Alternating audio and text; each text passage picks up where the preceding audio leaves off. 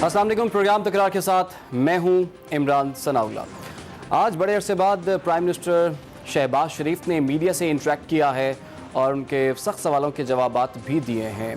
ख़ास बात उसमें यह थी कि जो ऑडियो लीक्स वाला मामला है उसको प्राइम मिनिस्टर ने उसकी तस्दीक भी कर दी है कि ऑडियो उन्हीं की है और गुफ्तगू भी उन्हीं की है, लेकिन साथ ही साथ उन्होंने ये भी कह दिया है कि इसमें कोई गैर आईनी, कोई गैर कानूनी काम मैंने नहीं किया, ना ही मरीम नवाज ने किसी सिफारिश या फेवर की बात मुझसे की है। लेकिन उन्होंने इस शिकवे का इजहार ज़रूर किया कि अगर 22 करोड़ की जो अवाम का जो मुल्क है उसके प्राइम मिनिस्टर हाउस से इस तरह की ऑडियोज़ लीक होंगी तो कौन सा आलमी रहनुमा उनसे मिलने के लिए आएगा।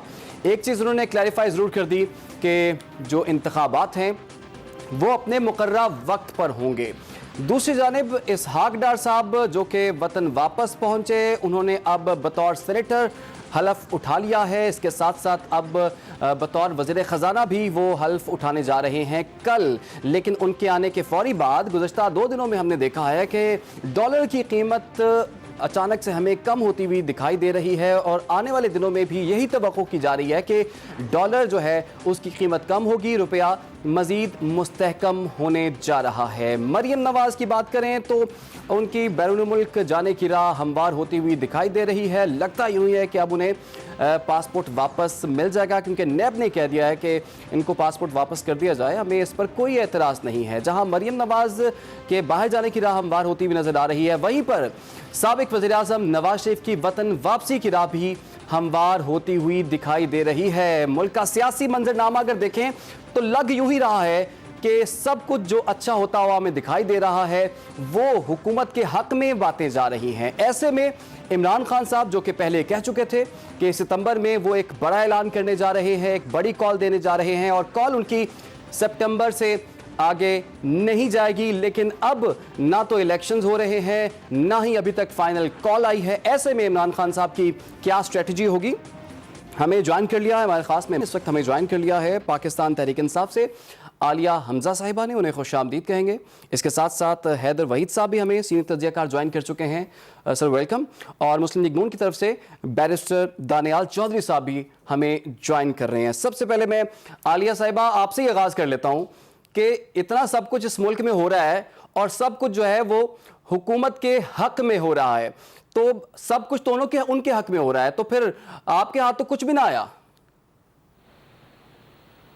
बिस्मिल्लाहिर्रहमानिर्रहीम। मेरे ख्याल में इस मुल्क में जो भी हो रहा है हमारे हक को तो छोड़ दें और इनके हक को भी छोड़ दें। जो कुछ भी हो रहा है वो अवाम के हक में नहीं हो रहा, पाकिस्तान के हक में नहीं हो रहा। आज पहली दफा 22 करोड़ अवाम को ये लग रहा है कि वो कीड़े मकोड़े हैं। पहले वो इश्तिहारी फरारी वजीर आजम के जहाज में जाएंगे यहाँ से और उसके बाद उन्हीं मनी लॉन्डर्स को, उन्हीं चोर लुटेरों को उसी वजीर आजम के जहाज में यहाँ पर लाया जाएगा।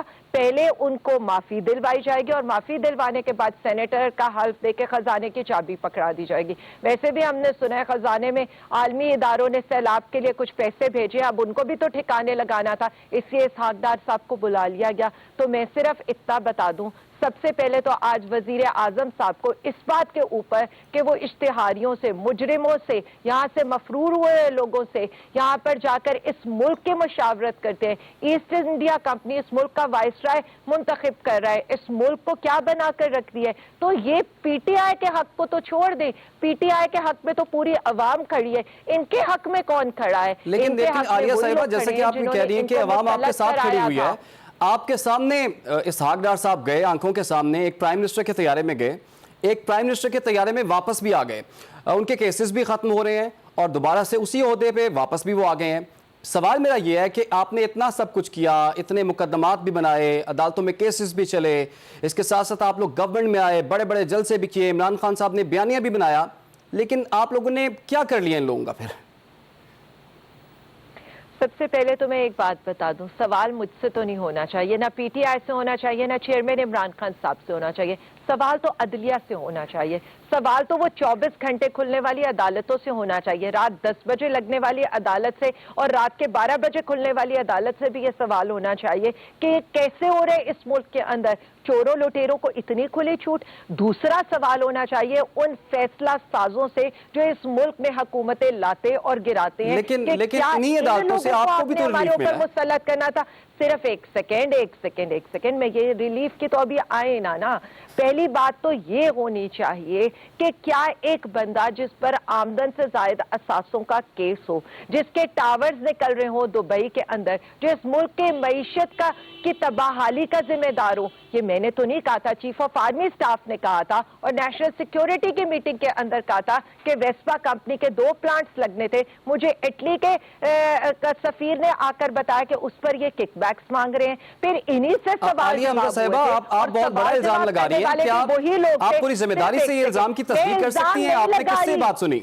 मैं इल्जाम देखिए, मैं इल्जाम नहीं, ये जावेद चौधरी साहब का कॉलम है और वो उसमें बार बार ये लिख रहे हैं कि chief of army staff Fawad Hasan Fawad ने वहां पर ये बात की है और इटली के सफीर का नाम उसके अंदर है, वेस्पा के प्लांट्स का नाम उसके अंदर है। उसके बाद ये इल्जाम किस तरह से हो सकता है? पकड़े तो पहले जावेद चौधरी को पकड़े और उनका कॉलम कोई आज का है। उसके अलावा वो ये कह रहे हैं कि ग्रीन लाइन के ऊपर सीपैक के अंदर शामिल करने में ना चाइना इंटरेस्टेड था ना यहाँ के ब्यूरोक्रेट इंटरेस्टेड थे, लेकिन इन्होंने कहा कि चूंकि मुझे सियासी फैसले होते हैं इसलिए मैं 240 रुपए जिसकी लागत आएगी 26 किलोमीटर की एक लाइन के ऊपर मैं 20 रुपए में आवाम को सब्सिडी दूंगा, सिर्फ इसलिए, और मैं उस पर हाई इंटरेस्ट रेट लूंगा। लेकिन इसहाक डार साहब ने कहा है मुझ पर झूठे मुकदमात बनाए गए वाले ये उन्होंने कहा कि 20 साल की मैं तो रिटर्न जमा करा चुका, मैं तो 20 मिनट भी मैंने लेट नहीं की रिटर्न कभी जिंदगी में। तो ये झूठे मुकदमात थे जिसका अंजाम तो यही होना था। इसहाक डार साहब की बात कर। जी एक मिनट इमरान साहब मुझे एक छोटी सी बात बता दें, वो 42 पेजेस वाला हल्फनामा भी झूठा है। फिर JIT के आगे पेश होने से इनका फरार होना वजीर आजम के जहाज में भी झूठा है। फिर उसके बाद मुल्क को जो ये टीके लगा कर गए और बारूदी सुरंगें बिछा कर गए वो भी झूठा है। मुल्क का जो करंट अकाउंट खसारा ये बढ़ा कर गए वो भी झूठा है। मुल्क के एक्सपोर्ट ये जो तबाह करके गए वो भी झूठा है। इनको इकोनॉमिक हिटमैन कहना भी झूठा है। उसके अलावा इनके बारे में ये कहना भी झूठा है कि ये मुल्क के महंगे कर्जे लेते रहे और फिर डॉलर को स्टेबल करने के लिए उन कर्जों को झोंकते रहे, ये भी झूठा है। फिर इनके बारे में ये कहना भी झूठा है कि ये यूरो बॉन्ड्स जो है वो हाई इंटरेस्ट रेट पर लेते हैं। ये तो पूरी दुनिया के सामने है। और फिर इनके बारे में ये कहना भी झूठा है, ये तो इनकी अपनी स्टेटमेंट है कि अगर आलिया साहिबा अगर इतनी चीजें थी तो आपके पास तो मौका था ना इनके खिलाफ कार्रवाई करते, आप भी कुछ नहीं कर सके। अपनी बेबसी का कम से कम एतराफ तो करें ना आप। हमने क्या करना था? हमने क्या करना था? अदालतों ने करना था, अदालतों ने करना था, अदालतों ने करना था। नैब तो इन्होंने टुथलेस कर दिया। नैब तो आज नैब ने तो वैसे ही सरेंडर कर दिया जैसे कुछ दिन पहले 1100 अरब की केसेस के ऊपर 150 लोगों को रिलीफ दे दिया उन्होंने, जैसे चौधरी शुगर मिल्स में उन्होंने वजीर आजम और एक्स। तो आलिया साहिबा आप असेंबली में रहते ना, तरमीम ना होने देते आप लोगों ने भी इनको खुला रास्ता दे दिया, वो जो चाहें जो मर्जी कर ले। देखिए मेरी एक बात सुने, नहीं एक सेकंड, हम अगर असेंबली में भी रहते तो हम क्या कर सकते थे इनको रोककर? हम तो इसीलिए नैब तरमीम में सुप्रीम कोर्ट के पास गए और हमने सुप्रीम कोर्ट को यह बताया कि अदालत उज़्मा और अदालत आलिया से हमने बसद एहतराम ये कहा कि ये इस तरह तो आप जेलों के दरवाजे खोल दें, मुलजिमों को अगर लाकर इक़्तिदार में बिठाना है तो फिर छोटे चोर की चोरी भी माफ कर दे। ठीक हो गया। तो आपने दानियाल चौधरी साहब, मैं आपकी जानिब आऊंगा। दानियाल साहब, ऐसा लगता है सब कुछ हुकूमत के हक में हो रहा है। सर ये जादू कैसे हो रहा है? आपके मुकदमात खत्म हो रहे हैं, रेफरेंसेस वापस हो रहे हैं और इसके साथ साथ आपके जितने भी रहनुमा हैं वो बरी हो रहे हैं, जो बाहर थे वो वापस आ रहे हैं, जो यहाँ हैं वो बैरून मुल्क जाने की तैयारी में हैं। तो ये जादू कैसे हो गया सर इतने 5-6 महीने के अरसे में? बिस्मिल्लाहिर्रहमानिर्रहीम। इमरान साहब, पहले तो मैं आपको ये जो मेरी बहन जो बोल रही थी, मुझे उनका नाम नजर नहीं आ रहा, लेकिन जो चीख आलिया हमजा साहिबा जी दास्तान सुना समझ आ रही थी। अच्छा जी बिल्कुल। तो जिस तरह वो शोर डाल रही थी आपको पता चला था उनकी बेबसी का आलम, और बेबसी का आलम इसलिए कि ये वही जमात है जिसने 4 साल अभी हुकूमत की है। हमें तो आए हुए 4 दिन हुए हैं भाई। आप मेट्रोस की बात कर रहे हैं, आप पता नहीं क्या क्या बातें कर रहे हैं। आप 4 साल में आपने किया क्या है? आप अपना बता दें कि आपने एक कौन सा, आपसे तो 4 साल में इस्लामाबाद के 4 पुल नहीं बने। आपने 4 साल में इस्लामाबाद की कोई सड़क सीधी नहीं की। आपने 4 साल में, 8 साल में अपनी एक मेट्रो जो आपने 22 अरब में बनानी थी, 16 अरब में सॉरी बनानी थी, वो 100 अरब क्रॉस कर गया और 8 साल में नहीं बनी। आप क्या अपना मुलायजा मुनाजा करेंगे किसी और जमात के साथ? आप उस जमात को रिप्रेजेंट कर रही हैं जो हर अपने पिछले नाकाम साल को अगले नाकाम साल से कंपैरिजन करके कहता है कि हमने बहुत बेहतर किया है, कि पिछले साल हम 2 नंबर से फेल हुए थे, इस दफा हम, पिछले साल 4 नंबर से फेल हुए थे, इस दफा हम 2 नंबर से फेल हुए हैं। और भाई आप फेल तो हुए ना। आपने क्या किया 4 साल? आपने एक स्टेटमेंट दी और पूरा पीआईए बैठा दिया, पूरी पीआईए को दुनिया से बैन करा दिया। किसके पैसे थे? किसके कहने पे आपने स्टेटमेंट्स दी? आप 3 अरब की खातिर मुल्क सारा बेचा है, चीखें आप इतनी मारते हैं, और 52 बिलियन जो सीपैक से आना था उसको आपने रोक दिया, सीपैक को चलने नहीं दिया, सीपैक को बंद कर दिया। आप बात करते हैं करप्शन का, आप नारा लगाते हैं करप्शन का, और करप्शन प्राइस इंडेक्स में आप 4 पॉइंट्स ऊपर चले गए। आप बात करते हैं अकाउंटेबिलिटी की, नैब की तरमीम की, नैब की। लोगों को बताएं 8 साल से आपने गैर फाल क्यों किया है नैब केपीके में? आप लोगों को जवाब दें कि 8 साल नैब का हेड कौन था उधर? वहां नैब का हेड ही नहीं था। लेकिन तो आप दानियाल क्या साहब, तरमीम की एहतसाब बात का एक ही करते तो हैं? इदारा था, आपके आपने मुंह उसके से भी पर काट मुझे दिए आप तरमीम बताएं। करके। तो आप पे ये इल्जाम लग रहा है कि आपने ये इसमें तरमीम ही सिर्फ अपने लिए की है और आपके सारे केसेस अब खत्म होने। एक सेकंड इमरान साहब, एक सेकंड। लॉ का पहला मैक्सिम क्या है? Innocent unless proven guilty. ये दुनिया में है। आपको मर्डर का, अगर आज किसी का कोई मर्डर कर दे, उसका रिमांड पीरियड है 14 दिन। ठीक है? मुझे बात बताएं कि आपका 90 दिन आप लोगों ने लोगों को उठाए रखा, या जमात उठा के अपने पॉलिटिकल विक्टिमाइजेशन की। मुझे बताएं क्या निकाला आपने व्हाइट कॉलर क्राइम में? आपने क्या नाम है, इधर झूठे केसेस बनाए, जिसका सुप्रीम कोर्ट ने कहा कि नैब इज एन इंस्टीट्यूशन। ये दानियाल ने नहीं कहा, institution being used for arm twisting and political victimisation. ये साद रफीक साहब के केस में कहा गया, ये इनके बारे में कहा गया। मुझे बात बताएं कि दोहरा मयार की, इनके कितने लोगों के ऊपर केस चले, इनके कितनी पीरनी गोगी और सामने आए, कितने हीरे सामने आए, कितनी इनकी चीजें जिस तरह पैसे खाते रहे सामने आए। दानियाल साहब, आज डॉक्टर शहजाद वसीम ने आज सेनेट में जो बात की है ना, वो मैं आपसे सवाल करना चाह रहा हूं। उन्होंने कहा है कि एक शख्स है जिसका नाम है इक़्तिदार, इक़्तिदार के आते ही बीमारी भी खत्म हो जाती है, इक़्तिदार के आते ही केसेस भी खत्म हो जाते हैं, इक़्तिदार के आते ही मेडिकल रिपोर्ट्स भी ठीक हो जाती हैं। तो क्या आप उनकी इस बात से एग्री करते हैं? इशारा तो आपकी तरफ ही है। हमने किस इक़्तिदार का इंतजार किया यार? मुझे बताएं, हम हुकूमत मियां नवाज शरीफ साहब, जब हम इलेक्शन, इवन तो ये इनकी जमात जीत गई थी, नहीं वो फैसला आ गया था, सब कुछ इनके हक में आ गया था, वो अपनी बीमार बीवी को छोड़ के, कुलसूम नवाज साहिबा को, मरियम नवाज साहिबा अपनी बीमार वालदा को छोड़ के इधर आगे अपने आप को सरेंडर किया। मियां साहब ने केसेस फेस किए, कोर्ट्स के कहने पे गए, इनकी हुकूमत पे गए, इनकी हेल्थ मिनिस्टर ने कहा जाएं, इनके अस्पतालों ने कहा जाएं, जीआईटी इन्होंने बनाई, उस जीआईटी ने कहा जाएं। तो मुझे बताएं कि इनकी नाअहली की दास्तानें, आज अगर कोई नई स्टोरी सुनाते हैं तो इनकी नाअहली की दास्तानें कहां से आपको मिलेंगी? कभी आप इकोनॉमिक पॉलिसी उठाएंगे तो आपको गधे, घोड़े और कट्टे बेचने की बात आएगी। कभी आप फॉरेन पॉलिसी की बात करेंगे तो आप एक एमओयू के ऊपर कहेंगे कि हमने मुल्क पूरा चला दिया। आप मुझे बताएं कि इनकी नाकामी, नाअहली की दास्तान आपने देखनी है तो आप पिछले साल का वीट को आप देखें, जहां इन्होंने $90 पर टन इन्होंने महंगा वीट खरीदा, इसलिए क्योंकि इनको लगा कि हमारा बम्पर क्रॉप है। उससे पिछले नहीं एक सेकेंड, उससे पिछले साल, मुझे बात बताएं, ये इतनी बात आज इंडस्ट्रीज की बात कर रहे हैं। इमरान खान ने ख्वाब देखा था, उस ख्वाब, वो 20 साल ख्वाब देखता रहा, उस ख्वाब की ताबीर करनी थी हर जलसे में उठा के असद उमर को उठा के 4 महीने में बाहर मार दिया। क्यों? क्योंकि झूठ था, सब प्रोपेगेंडा और झूठ के ऊपर इनकी बिल्डिंग थी, और वो इस तरह गिरी कि जिस तरह 10 सेकंड लगे। हर जिनकी बैसाखियों में आई, इन्होंने, अच्छा दूसरा सुने, एक इनकलाब लेके आए थे, वो इनकलाब हमें नजर आया माशाल्लाह। वो इनकलाब भी आज 2 महीने के बाद बैसाखियां ढूंढ रहे हैं कि इनकलाब को बैसाखियां मिल जाएं। ठीक है दानियाल साहब, मैं आगे मूव करूंगा। की करें ना आपके पास गवर्नमेंट दोबारा हम आते हैं, लेकिन उससे पहले मैं अर्ली इलेक्शंस करें, डिसॉल्व करें केपीके में गवर्नमेंट, ठीक है जी। डिसॉल्व करें पंजाब में गवर्नमेंट, जाए इलेक्शन में। ठीक हो लोगों गया। के साथ झूठी बातें, झूठे वादे, उसके अलावा इन्होंने कुछ नहीं किया। मैं हैदर साहब आपकी जानिब आऊंगा।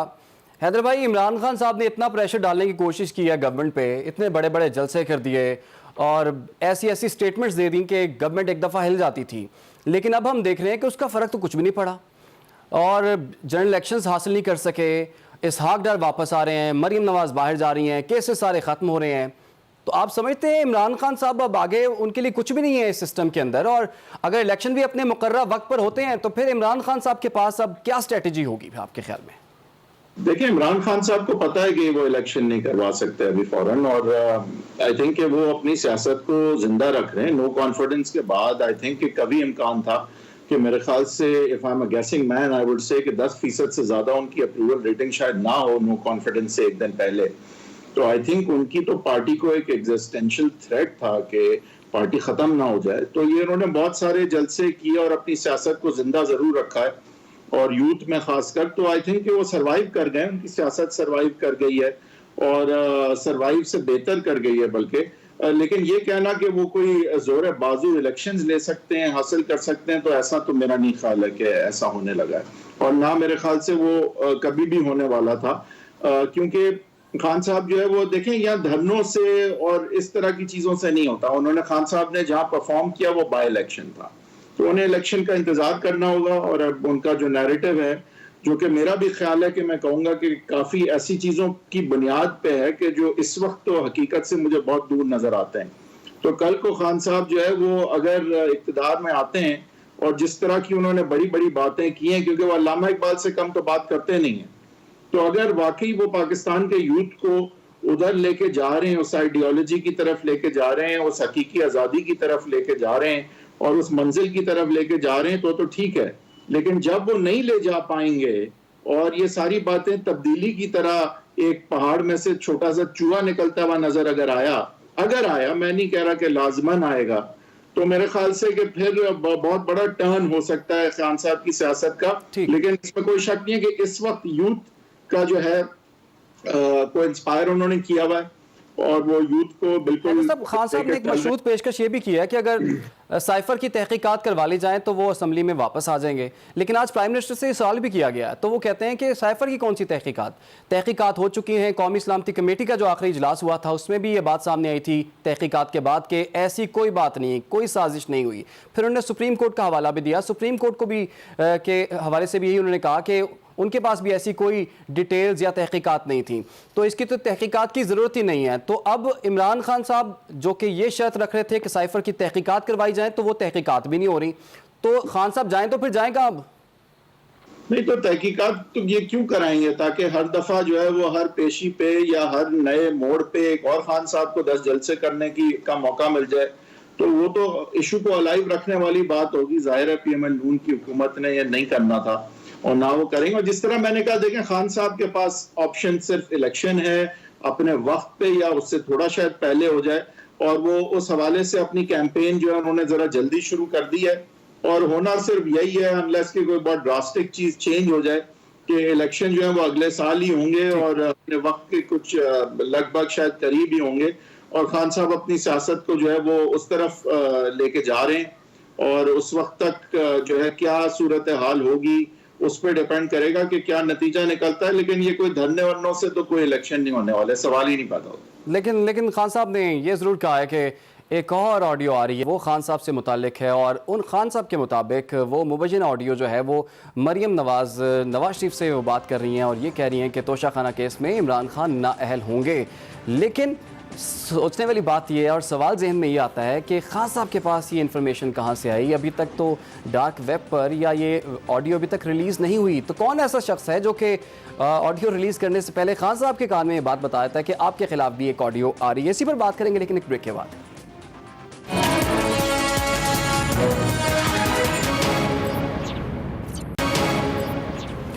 Welcome back. तो आलिया हमजा साहिबा, वो जिस ऑडियो की खान साहब बात कर रहे हैं कि एक और ऑडियो भी आने वाली है मरीम नवाज़ की अपने वालिद के साथ गुफ्तगू, जिसमें वो ये कह रही हैं, मुबैना तौर पर ये खान साहब के अल्फाज हैं, मेरे अल्फाज नहीं हैं, वो ये कहते हैं कि मरीम नवाज़ अपने वालिद को ये बता रही हैं कि तोशा खाना में इनको नाहल हम करवा देंगे। तो आपके पास कहाँ से इन्फॉर्मेशन आई? ये तो कहीं पर ना तो ऑडियो अभी तक लीक हुई है, और ये इन्फॉर्मेशन खान साहब तक कैसे पहुँच गई? इमरान साहब, मैं ऑडियो लीक पर तो बाद में आती हूँ। जरा नहीं, पहले उस पे आ जाए ना, पहले उस पे आ जाए। जरा मैं इनको आदाद नहीं, पहले नहीं होता ना, इतने आदादो शुमार इनको मैं जरा दे दूं। पहले उसमें आ जाए, आदादो शुमार पे बाद में आ जाए, कोई बात नहीं। प्लीज नहीं इमरान साहब, लोग भी तो जानना चाहते हैं। देखिए, ऑडियो वाला बड़ा सीरियस संजीदा मामला है। व्यूअर्स जानना चाहते हैं, नहीं, व्यूअर्स ये जानना चाहते हैं कि इनके इल्जामात यहाँ टीवी पे बैठकर कहना बहुत आसान है, इकोनॉमिक सर्वे उठा लें। मुख्तसर सा जवाब देके आगे चले जाएं, कोई मसला नहीं। ज़राअत की तरफ 4.4%, इंडस्ट्रियल शरह नमो 7.2%, सर्विसेज के अंदर 6.2%, इंडस्ट्रियलाइजेशन 10.5%, मौसलात और ट्रांसपोर्ट 5.4%, रिकॉर्ड एक्सपोर्ट्स तालीमी शोबा 8.7%, और ये जो अभी क्रॉप्स की बात कर रहे थे, गन्ना 7%, गंदम 8%, चावल 25%, मकई 25%, यानी टोटल जरी अजनास की पैदावार में 60% इजाफा हुआ। या आपका इकोनॉमिक सर्वे कह रहा है, पढ़ के आना था। फिर इन्होंने कहा हमने कौन सी सड़क पुल बनाई? जी हमारा काउंसलर का लेवल थोड़ी था, हमारा तो लीडर था, इंटरनेशनल लेवल का स्टेटमेंट था। वो कोई बिलियन सोनामी ट्री पर काम कर रहा था, कोई दानियाल साहब आपकी गुफ्तगू सुन के मुस्कुरा रहे हैं, वो कुछ कहना चाहते हैं। 22 कंपनीज लगा रहा था जी, वो अपनी बारी पर कहेंगे। 22 कंपनीज वो मोबाइल की लगा रहा था, जो इन्होंने आते ही बंद करा दी। टेक्सटाइल इंडस्ट्री को बूम दे रहा था, जो 2016 में कोड़ियों के भाव बिक रही थी। अब ये बातें इनकी समझ से तो बाहर होंगी ही होंगी, क्योंकि इनका मसला तो कुछ और है। इनका मसला तो है लुट्टो फुट्टो और चलो यहां से, और इन्होंने इसलिए वो चीजें लगानी है जिन पर किकबैक्स लगाएं। आईपीपीस को 550 अरब के ये पैसे देने वाले ये क्या समझे कि इनके अपने वजीर, ठीक हो गया, आपका पॉइंट आ गया। खड़े होकर कह रहे हैं कि पीटीआई ने 59 जो है डैम्स बनाए, जिसमें से 26 डैम वो कंप्लीट करके गए। फिर इनकी बात ये जरा सुन लें, गोगी गोगा तो ये पूछे वो ग्लास वाली अपनी पीरनी से कि लूता साहब कौन थे और सवेदी साहब कौन थे जो उनके अकाउंट्स में पैसे डालते थे। ये ग्लास वाली पीरनी कौन है जी? जरा नाम ले लें, क्योंकि कंफ्यूजन पैदा होगी आपकी इस बात से। वो इनकी बॉस है, नाम ले लेना, कंफ्यूजन नहीं है, जब पीरनी की बात होती है तो वो पूरा कंफ्यूजन पैदा हो जाती है। देख उठा के वो वही है जो तावीज लेने भी जाती हैं, जो ग्लास उठाकर भी आती हैं, और फिर जिनके अकाउंट में लूता साद और सफेदी साहब जो है आकर पैसे डालते हैं। फिर एक दूसरी गोगी है जो इनकी अपनी पार्टी के अंदर है, जिनके अकाउंट में मकसूद चपड़ासी, ठीक है, आपका पॉइंट आ गया, और वो पाइन हिल्स में जाकर वहां से बंगला खरीदती हैं।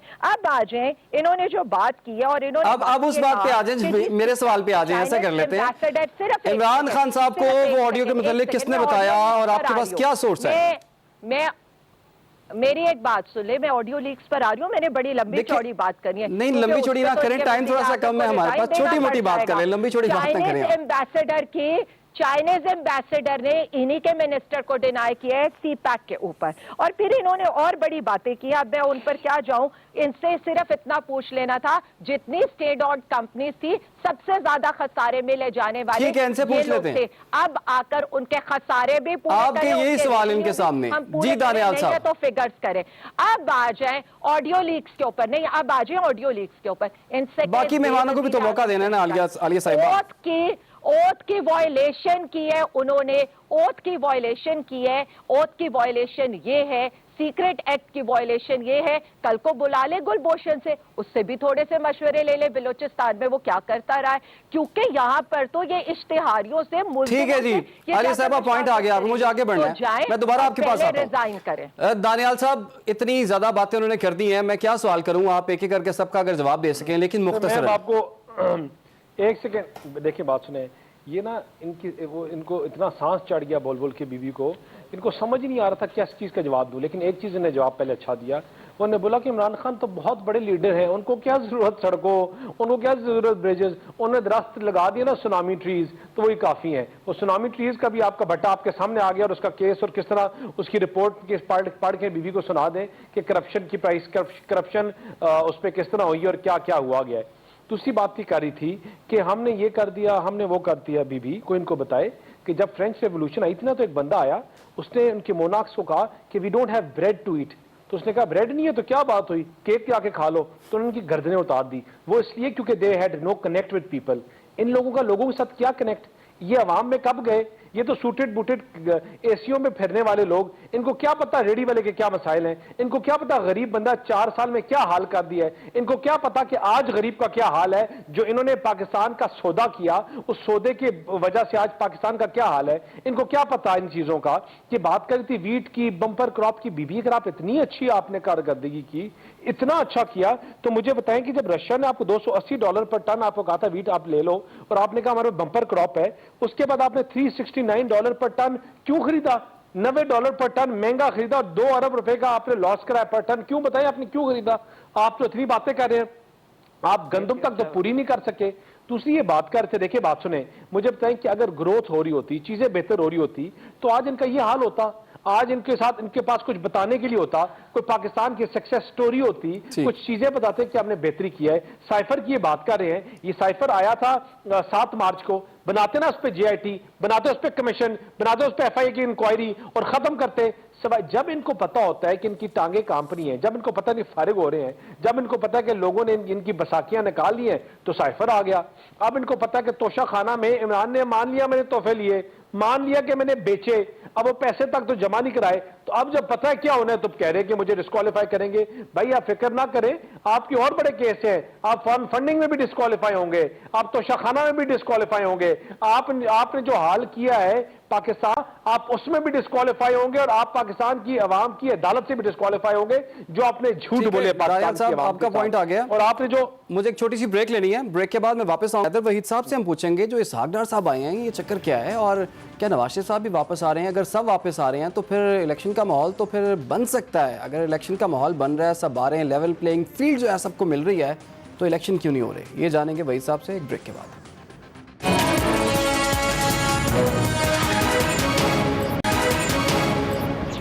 Welcome back. वज़ीर-ए-आज़म शहबाज शरीफ आज जब न्यूज़ कॉन्फ्रेंस कर रहे थे, एक सवाल किया गया मिफ्ता इस्माइल से मुताल्लिक। उस मौके पर वज़ीर-ए-आज़म ने मिफ्ता इस्माइल की बड़ी तारीफ़ें भी की।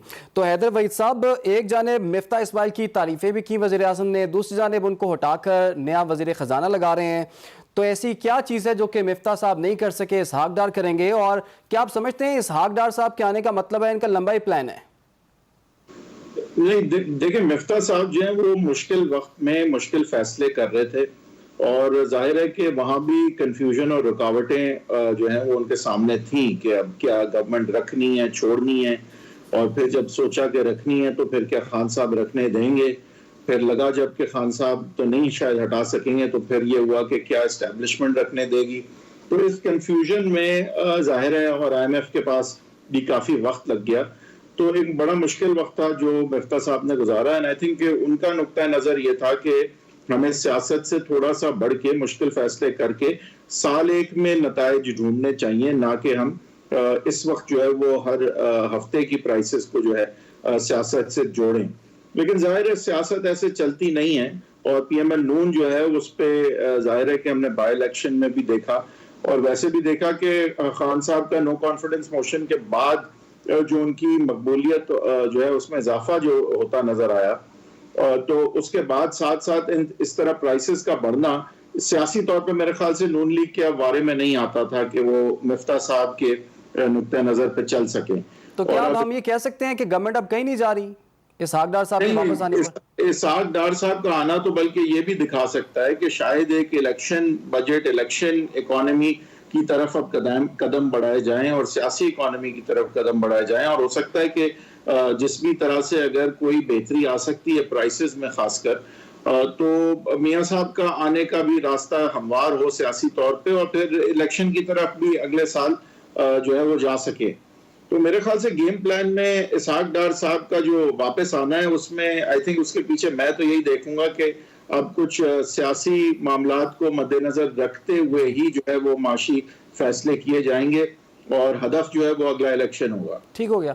तो आलिया साहिबा, इसहाक डार साहब भी अब वतन वापस आ गए हैं, लेकिन खान साहब ने तो इस्लामाबाद जाना था, वो नहीं इस्लामाबाद आ रहे, और ना ही उन्होंने ऐलान किया है। लेकिन राना सनाउल्लाह साहब का एक बयान बड़ा ख़तरनाक बयान है। वो ये कहते हैं कि अगर इस्लामाबाद आए इमरान खान साहब अपने लोगों को लेके, तो उनका पूरा बंदोबस्त हमने कर लिया है और वो ये कहते हैं कि उसे जग में बंद करके ऊपर से ढक्कन लगा देंगे हम।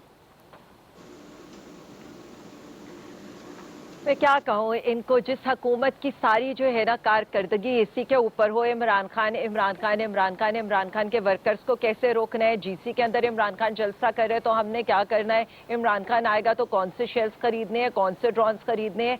तो मैं सिर्फ इतना कहूंगी कि वो कारकर्दगी क्या दिखाएंगे। इसलिए आपकी बात का जवाब देकर अब मैं जरा दानियाल साहब की बात का जवाब दे एक छोटा सा और जवाब दे दीजिए, एक छोटा सा और जवाब दे दीजिए। आप ये बताइए कि लॉन्ग मार्च का ऐलान अभी तक क्यों नहीं किया खान साहब ने? कर लिया ना, देखिए मेरी एक बात सुने, हमें पता है हमने लॉन्ग मार्च का ऐलान कब करना है, वो जब हम करेंगे सबके सामने आ जाएगा। मेरा तो आपसे ही है, आपको एक सवाल करना चाहिए था दानियाल साहब से, और वो सवाल क्या होना चाहिए था? ये दावत हम आपको देते हैं, आप सवाल कर लीजिए। फिगर्स इनके इकोनॉमिक सर्वे के, तो या तो इनका इकोनॉमिक सर्वे गलत था या दानियाल साहब को उसका पता नहीं था। अब दोनों में से कौन सी बातें थी? ये इतने इल इन्फॉर्म मुझे लगते तो है नहीं। फिर अपने इकोनॉमिक सर्वे को खुद ऑन जरूर कर लेते, क्योंकि फिगर्स मेरी हुकूमत के नहीं थे, इनकी हुकूमत के आदादो शुमार थे। फिर इन्होंने कहा इकोनॉमिक पॉलिसी, जरा तजर्बाकारों की इकोनॉमिक पॉलिसी, कपड़े बेचकर इन्होंने आटा खरीदना था। अब ये हमें नहीं पता था, इन्होंने अवाम के ही कपड़े बेसिकली बिकवा देने।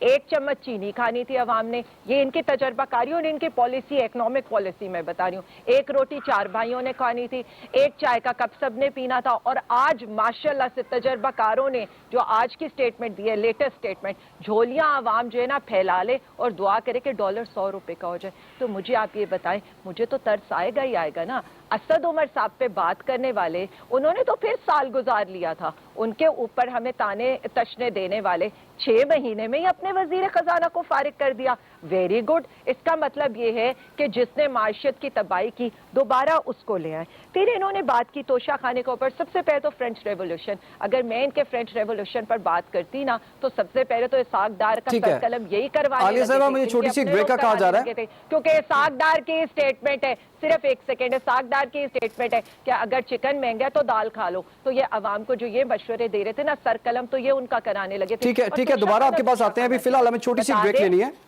ब्रेक के बाद हाजिर होंगे, आप हमारे साथ रहिए।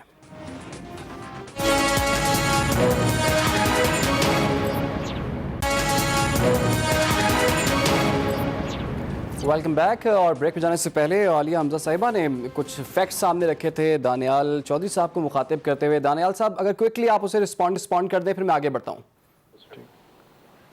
आलिया साहिबा, इसके बाद मैं आपकी जानिब आ रहा हूँ।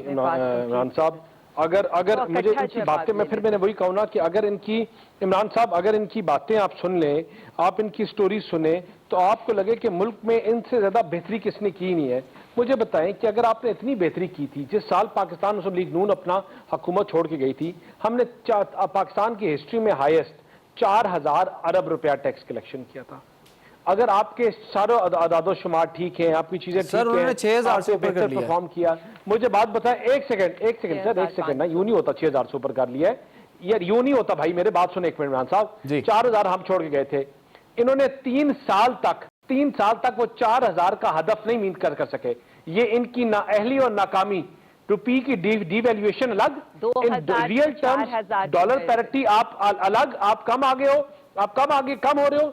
आपका रियल टर्म्स में 10 से 11,000 आपकी टैक्स कलेक्शन होनी थी और आप 6,000 कर रहे हो। और फिर आप पहले जब मैंने कहा कि ये ऐसी हुकूमत है जो अपने पहले साल की नाकामी को दूसरे से जब बेहतर करती है तो वाह करती है, और तीसरे से बेहतर करती है तो वाह करती है।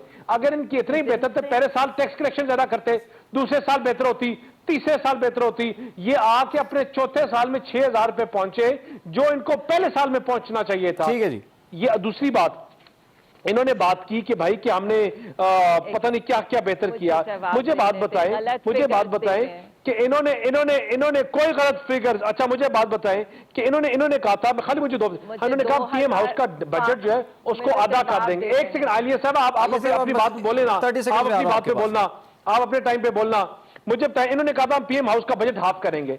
पीएम हाउस का और प्राइम मिनिस्टर प्रेसिडेंट हाउस का बजट इन्होंने डबल किया। इन्होंने कहा गवर्नर हाउस का बजट हम खत्म करेंगे, उनको यूनिवर्सिटियां बनाएंगे। उनका बजट इंक्रीज हुआ 24%। इन्होंने कहा फूड इन्फ्लेशन कम करेंगे, 21% हुई। एक्सटर्नल डेट 180 बिलियन पे पहुंच गया। थोड़ा सा आगे मुझे बढ़ना है। एक सेकंड, नहीं, एक सेकंड, सर एक सेकंड, एक आम बंदा जो है ना इन मुझे बातों को समझ जवाब नहीं दे लेने आती। दें। एक आम बंदा क्या समझता है, उस आम बंदे को क्या समझ आती है कि भाई कि उसको नौकरी मिली या नहीं मिली। ठीक या हो गया, घर सर, में ये खाना आया वक्त नहीं मेरे आया। पास काम है, आगे एक थोड़ा सा आम मैंने बंदे- गुंजाइश सर, एक कीजिएगा सेकंड, थोड़ी सी। एक सेकंड इमरान साहब, एक सेकंड रुकिए, मैं आपको देता जवाब दे हूँ। लेने मुझे दें। बताएं कि पाँच आपकी मेरे- इनकी मेरे- पॉलिसीज की वजह प्लीज से इमरान, मुझे इनकी जवाब इन्होंने बहुत देना बोल है। लिया, इनकी इमरान, पॉलिसीज की वजह से ये इमरान साहब ने यूं तो नहीं होगा ना, मैं पूरी अपनी बात करूंगा। दानियाल साहब, जरा नो, आपको quickly करने के इन्होंने लिए अपनी टाइम बात खत्म पूरी हो रहा कर है ली है। प्रोग्राम का। इमरान साहब इनकी पॉलिसीज की वजह से ये time 20 division मिलियन लोग 2000 फेल से बिफोर द 4000 पॉवर्टी लाइन। 5 सालों में 20 ले गए। मिलियन लोग और हम 20 3 मिलियन लोग सालों- पॉवर्टी लाइन से नीचे हो गए।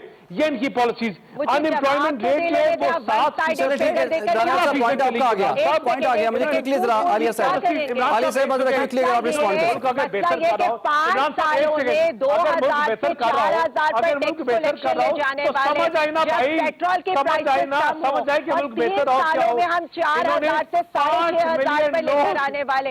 इनका हालात 21 दानियाल साहब, जरा मौका दीजिएगा। पर 57% की महंगाई करने वाले, ये कौन सी बात कर रहे हैं? इनको पता है। तो मैं फिर ये कहता हूँ कि आलिया साहब और दानियाल साहब, आप दोनों हमें जरा मौका दें। मैं हैदर साहब से पूछ लूँ। हैदर साहब, पॉलिसीज की वजह से आप भी कोई फैसला कर लें इसमें, आप एक इंडिपेंडेंट जर्नलिस्ट। अपनी नौकरियां गंवा दी। हैदर साहब, हैदर साहब,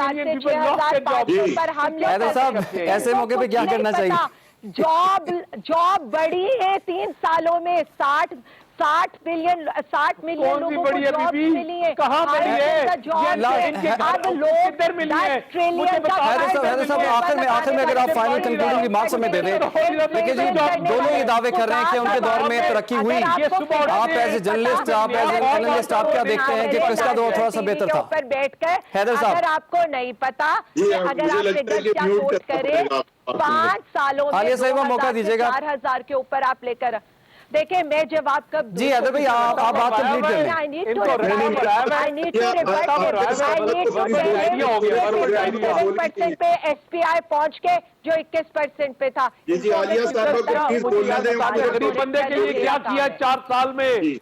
बहुत शुक्रिया गरीब साहिब, बंदे आपका बहुत शुक्रिया। इसके साथ साथ दानियाल चौधरी साहब, आपका बहुत शुक्रिया। हैदर वहीद साहब, आपका शुक्रिया। और देखने वालों का भी बहुत शुक्रिया। इजाज़त दीजिए, अल्लाह हाफ़िज़।